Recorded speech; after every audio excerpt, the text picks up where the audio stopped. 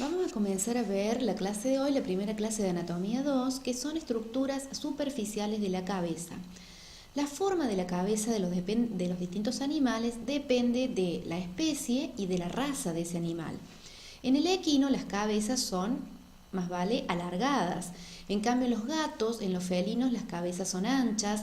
En un canino depende mucho de la raza, porque si es un coli que se clasifica como dolicocéfalo, las cabezas son alargadas, en cambio en un terrier es de tipo mediana y en un pequinés son más como aplanadas. Eso depende entonces de la raza del animal. En el bovino suelen ser piramidal. Los temarios que vamos a ver hoy, todos los temas que tenemos que estudiar, son las referencias esqueléticas directas, las referencias esqueléticas indirectas o palpables. Directas cuando yo lo veo en el animal, veo una cabeza y ya voy a tener referencias de su anatomía, de su parte ósea, que las voy a ver a simple vista, por eso se llaman directas. Las esqueléticas indirectas los tengo que palpar a determinados lugares de interés clínico si quiero conocer, por ejemplo, la emergencia de un nervio, lo tengo que palpar, por eso se llaman indirectas. Después vamos a ver distintos elementos de las estructuras superficiales de la cabeza, algunos son vasos sanguíneos, otros son nervios, otras son glándulas, y también vamos a hablar de los músculos de la cabeza, de músculos de la mímica o expresión y de los músculos masticadores. De las referencias esqueléticas directas, ustedes tienen que repasar lo que vimos en Anatomía 1 de la cabeza ósea. Van a tener que repasar cómo estaba formado el arco cigomático. Recuerden bien, tienen que ir ubicando esto nuevamente en las láminas de cabeza. El arco cigomático formado por el hueso cigomático y el hueso temporal. Esto repasan de Anatomía 1. Otra referencia que yo la puedo ver en el animal en forma directa es el borde caudal y ventral de la mandíbula. También la escotadura nasoincisiva formada por el hueso nasal y el incisivo. La cresta facial se puede ver en el animal, esta cresta facial, y el borde supra e infraorbitario. Este es el borde supraorbitario y este es el borde infraorbitario. Acá lo vamos a ver en el animal en vivo. Todo esto se puede ver. Entonces lo van siguiendo con las referencias y van ubicando todos esos nombres que yo les di. El arco cigomático, acá lo tienen marcado, se nota en el animal. El borde caudal y ventral de la mandíbula. La escotadura nasoincisiva está en esta parte, se ve un relieve diferente en esta zona. La cresta facial, todo eso es la cresta facial, y el borde supra e infraorbitario. Las referencias esqueléticas indirectas, estas son, dijimos, palpables. Yo las tengo que tocar, si no, no las voy a notar en el animal. Por ejemplo, la línea temporal, en esta zona está la línea temporal, eso lo tengo que palpar. El agujero infraorbitario, ¿sí? Se palpa, había una forma que nosotros notamos en la 1, lo practicamos, tocábamos con un dedo la escotadura nasoincisiva, con la punta de otro dedo el tubérculo facial o la punta de la cresta facial, y en el medio podía palpar el agujero infraorbitario. Otro agujero palpable de importancia clínica es el agujero mentoneano. Y la escotadura de los vasos faciales. En esta parte está la escotadura de los vasos faciales, por acá se van a asomar en la cara de los grandes animales, sobre todo, tres estructuras muy importantes: la arteria facial, la vena facial y el conducto parotidio. Esas tres estructuras se asoman en la escotadura de los vasos faciales. ¿Por qué es importante que palpen esto en clínica? Porque yo tengo que identificar nervios. Por ejemplo, estos dos forámenes salen nervios que a lo mejor tengo que anestesiar para poder trabajar en estructuras superficiales de la cabeza. Entonces les dejo algunas láminas más con las referencias indirectas, palpables, con algunos lugares donde ustedes pueden colocar agujas para poder bloquear nervios que allí se asoman. Y acá tenemos en esta parte el famoso ABC, arteria facial, vena facial y el conducto parotidio, que son estructuras que se van a asomar por la escotadura de los vasos faciales y que vamos a ir hablando de ellas en el transcurso de esta clase. Entonces, vamos a hablar con cierto orden del nervio facial, que es el séptimo par craneano. También vamos a hacer referencia al nervio trigémino, que es el quinto par craneano. Cuando apenas levantamos la piel de la cabeza, el que está con el número 40 es el nervio facial, ¿sí? Es lo primero que vemos al levantar la piel de la cabeza de un animal. Esto es una disección en vivo y acá tenemos al nervio facial. El trigémino, ya vamos a ir hablando cómo se divide el trigémino, cuáles son sus ramas. Las tres ramas más importantes son el nervio infraorbitario, el nervio frontal y el nervio mentoniano, que son ramas del quinto par o trigémino. También tenemos que hablar de la arteria y vena facial. La vamos a dejar para la clase que viene, porque este tema se divide en dos clases, ¿sí? Esta es la primera parte y el jueves les voy a pasar la segunda parte.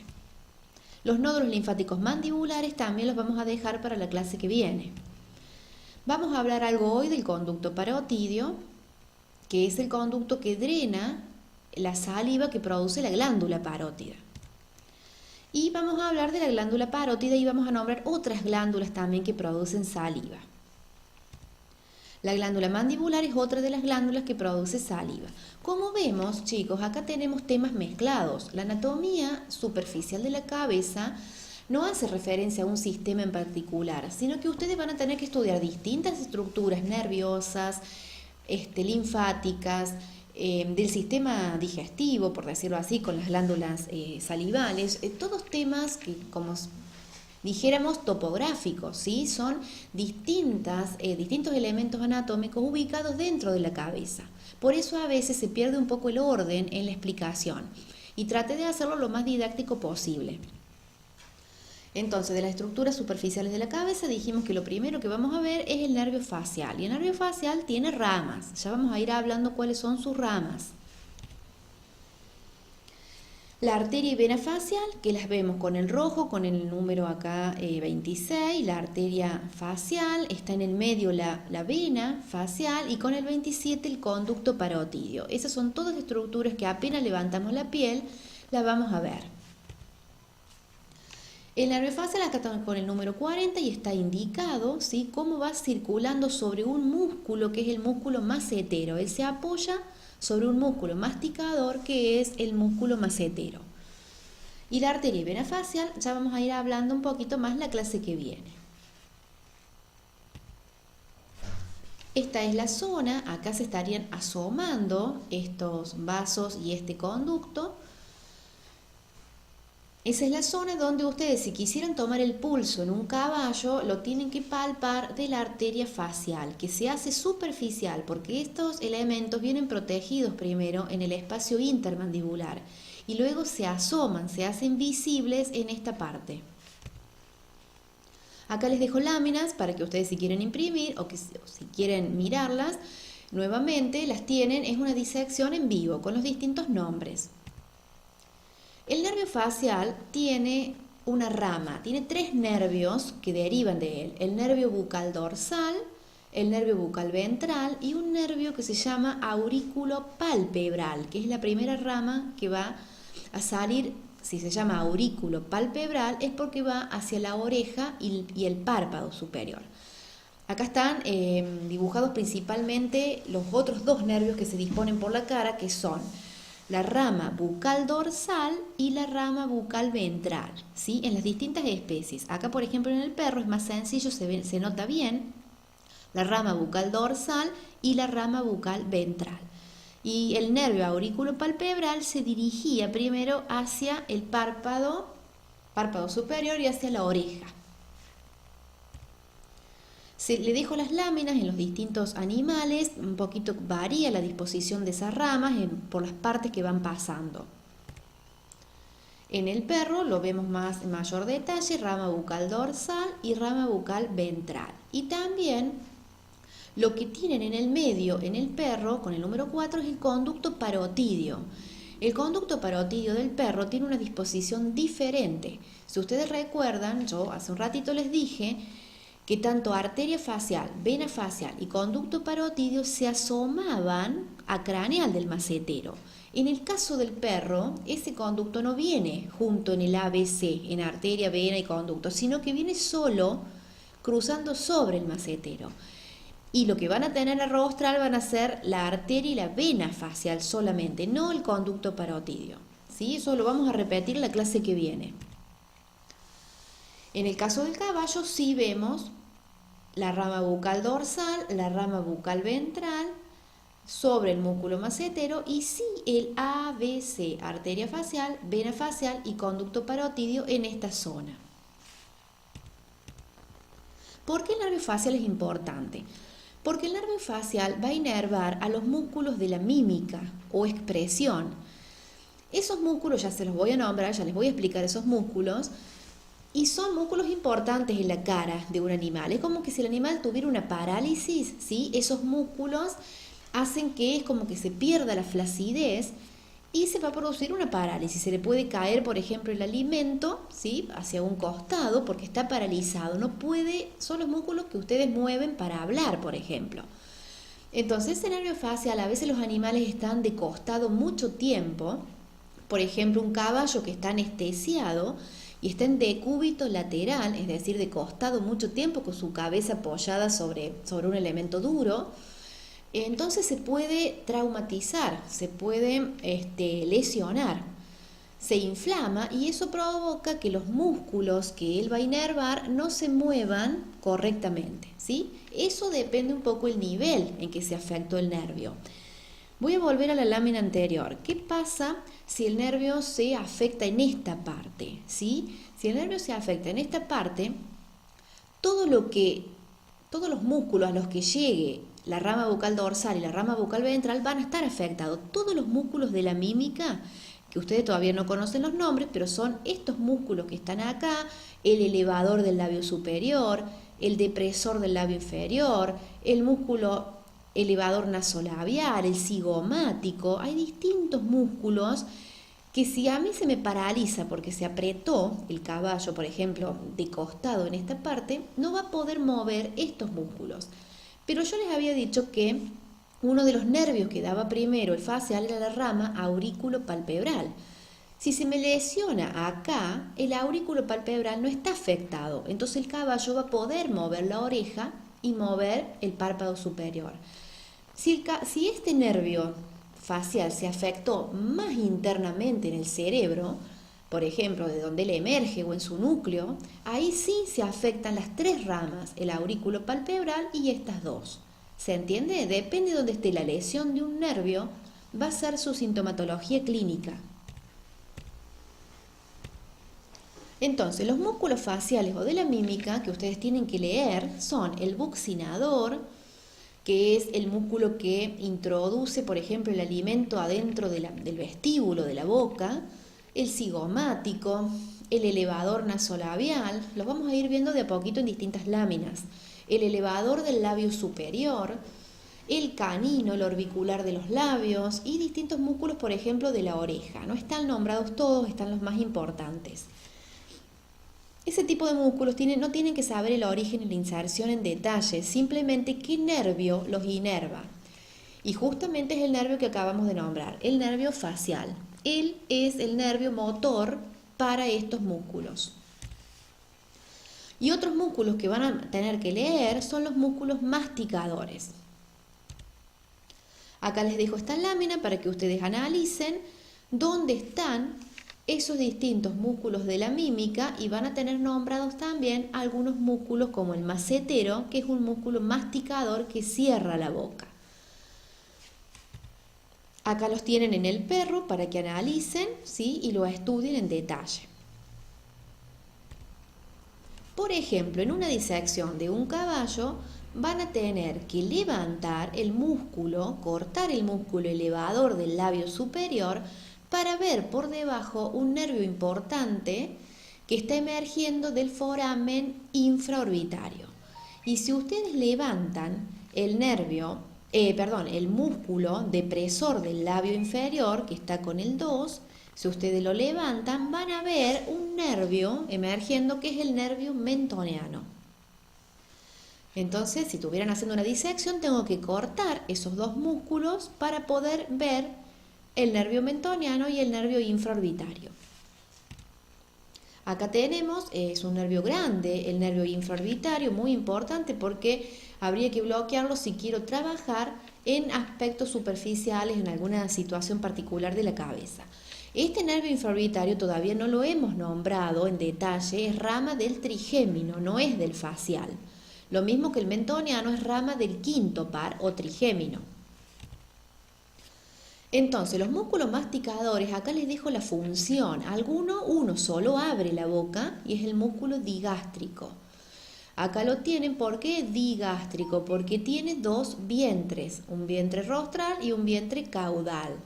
Lo van a tener que leer en detalle y van a tener que realizar los cuadros con origen, inserción, función e inervación de cada uno de los músculos que yo les voy a nombrar. De los que cierran la boca tienen que leer sobre el temporal, el macetero, el pterigoideo lateral y el pterigoideo medial. La clase que viene los retomamos cuando ustedes ya hayan leído y hayan realizado los cuadros que tienen que hacer similar a la anatomía 1, donde se origina el temporal, donde se inserta. Acá lo tenemos con el 21, el músculo temporal.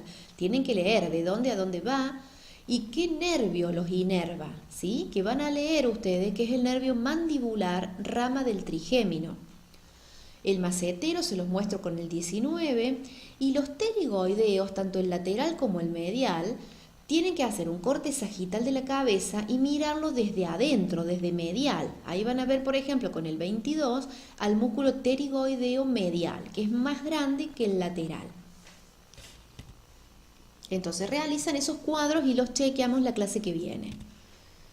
Acá están nombrados nuevamente, estos cierran la boca y el digástrico es el único que abre la boca. Es por la disposición que tiene, ¿sí? Se dispone en esta parte, por lo tanto cuando se contrae es el único que tira hacia ventral y permite abrir la boca. Les dejo un resumen del nervio facial. El nervio facial es un nervio mixto. ¿Por qué mixto? Porque es motor para los músculos de la mímica o expresión y también para el vientre caudal del digástrico. Esa es la única excepción que tiene a la regla. Mímica o expresión y solamente al vientre caudal del digástrico, porque no va a los otros masticadores. Y es sensitivo el facial para los 2/3 rostrales de la lengua. También tiene fibras parasimpáticas para la glándula lagrimal y glándulas salivales, solamente la mandibular y la sublingual. Estos son esquemas, por ejemplo, la representación de cómo se ramifica el facial, ¿sí? Y acá van a ver las distintas ramas que él tenía, la bucal dorsal, la bucal ventral y el nervio aurículo-palpebral, que era el primero que salía hacia, dijimos, la oreja y el párpado superior.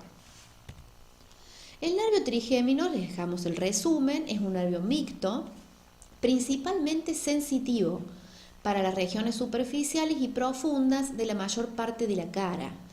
Y es motor para los músculos masticadores, pero ya vamos a ver cuál de sus divisiones va a los músculos masticadores. ¿Por qué sus divisiones? Porque el trigémino tiene el nervio oftálmico para inervar frente y nariz, que es sensitivo. El nervio maxilar, inervando también en forma sensitiva la parte maxilar y estructuras asociadas.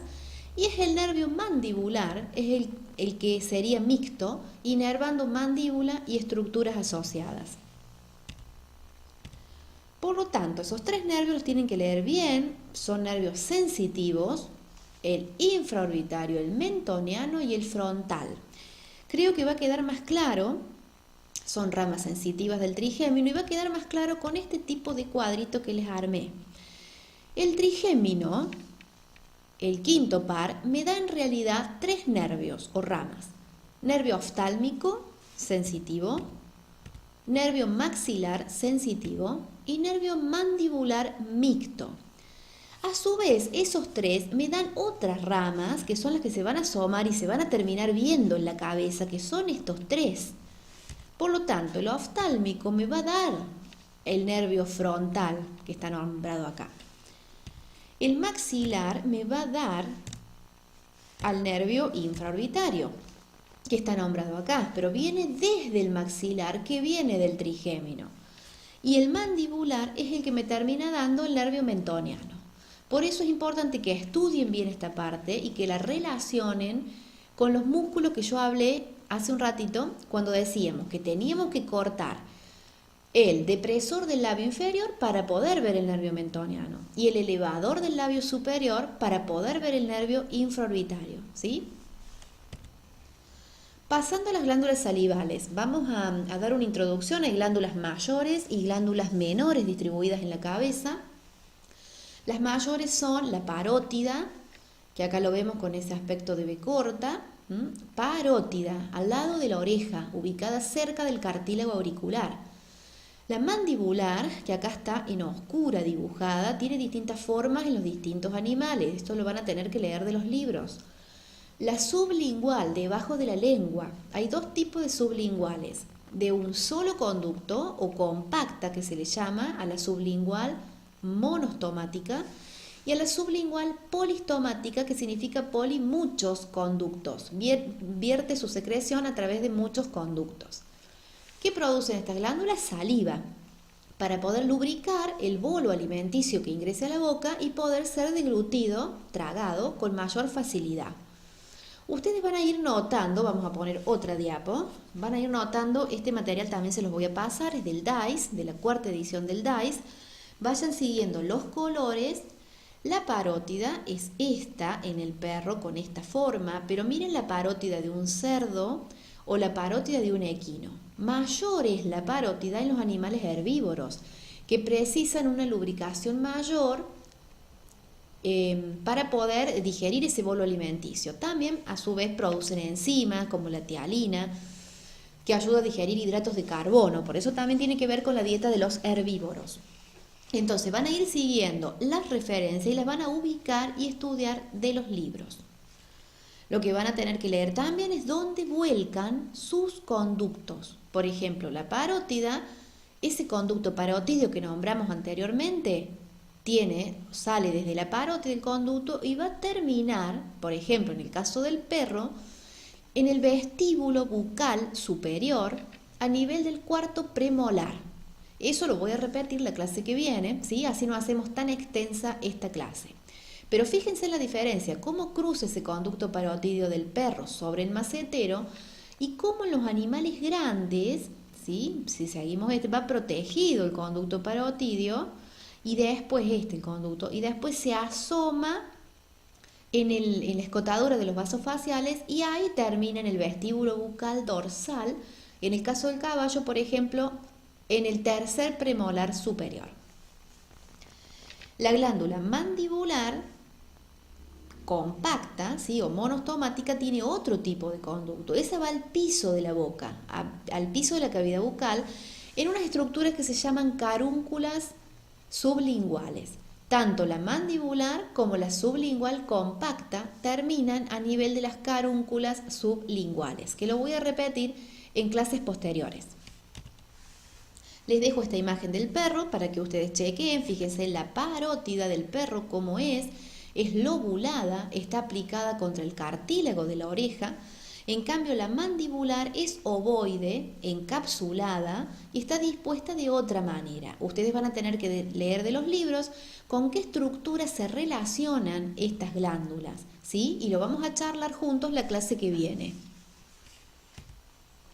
Otras referencias del DICE, de la cuarta edición, para que vean cómo está la parótida del perro, cómo es la mandibular del perro, la sublingual, y el perro tiene una glándula dentro de las glándulas salivales menores que se llama cigomática, que está con el 8, y quiero que lean un poquito acerca de la teoría de la glándula cigomática del perro.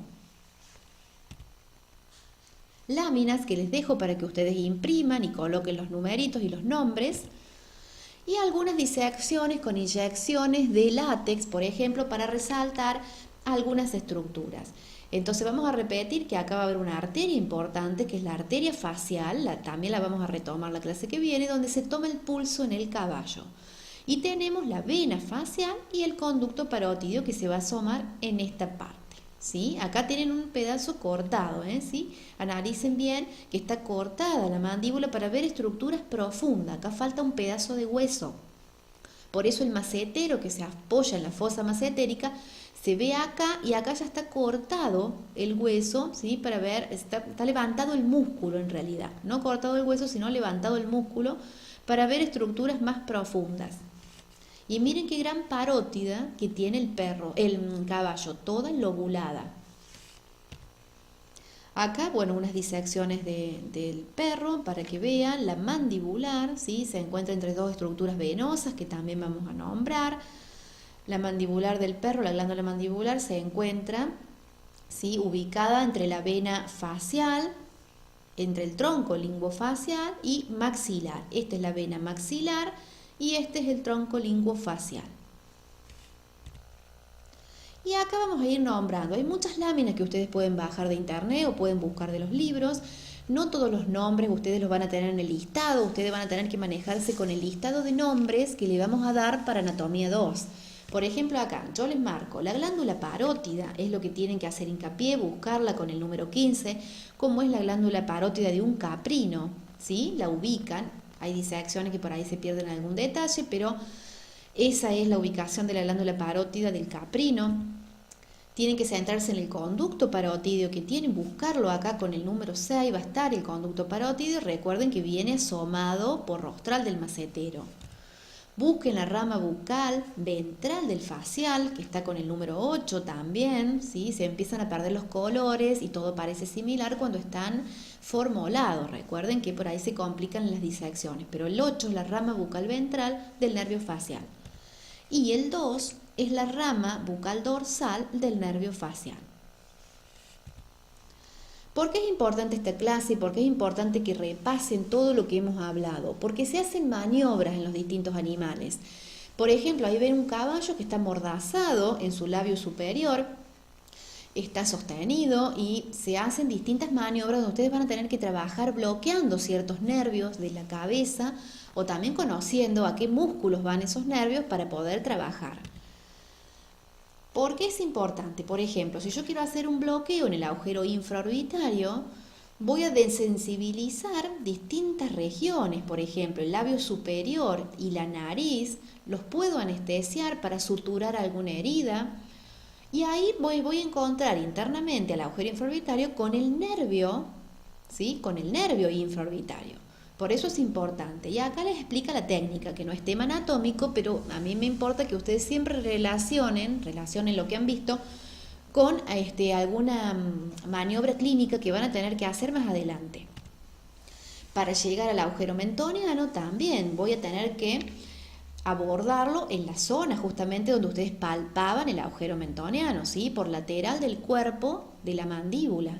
Entonces el labio inferior se me va a anestesiar bloqueando esa zona y puedo realizarlo, bueno, y acá tienen también la técnica 3 a 5 centímetros dentro del agujero y voy a poder desensibilizar ciertos dientes. A veces también algunos dientes puedo trabajar con el infraorbitario y con el mentoniano también, pero sobre todo los incisivos, no hablar de premolares y molares en esta zona. Y el agujero supraorbitario, ¿sí? Por donde se asomaba el nervio frontal, lo voy a tener relacionado con la zona del párpado superior, en la parte más dorsal de la cabeza. Bueno, esto es todo lo que hemos visto hoy. Gracias por haberme escuchado.